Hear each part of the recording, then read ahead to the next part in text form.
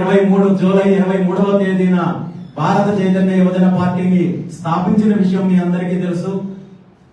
పార్టీని స్థాపించినప్పటి నుండి నేటి వరకు ప్రభుత్వం ఏదైనా, గతంలో ఉన్న ప్రభుత్వం కావచ్చు, ఇప్పుడున్న ప్రభుత్వం కావచ్చు, ప్రభుత్వాలు తీసుకుంటున్న ప్రజా వ్యతిరేక విధానాలపైన రాజీ లేని పోరాటం చేస్తున్న పార్టీ ఏదైనా ఉంది అంటే అది భారత చైతన్య యువజన పార్టీ.